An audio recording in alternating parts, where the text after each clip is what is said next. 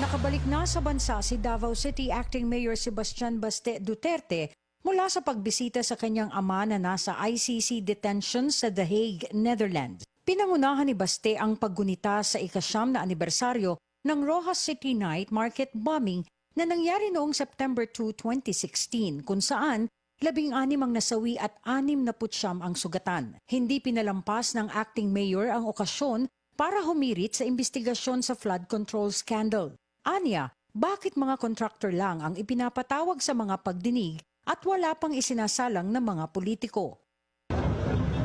Yung Committee on Appropriations, it's in front of you already. Martin Romualdez says SALN in 2022 was only 200 million, ngayon 3 billion na. It's in front of you. Look at that. Agad namang bumwelta ang tagapagsalita ng Kamara na si Attorney Princess Abante. Fake news daw ang mga inilahad ni Baste na halaga ng SALN ni Speaker Romualdez. Tinawag din niyang ipokrito ang mga Duterte dahil sila mismo hindi nagsasapubliko ng kanilang mga SALN.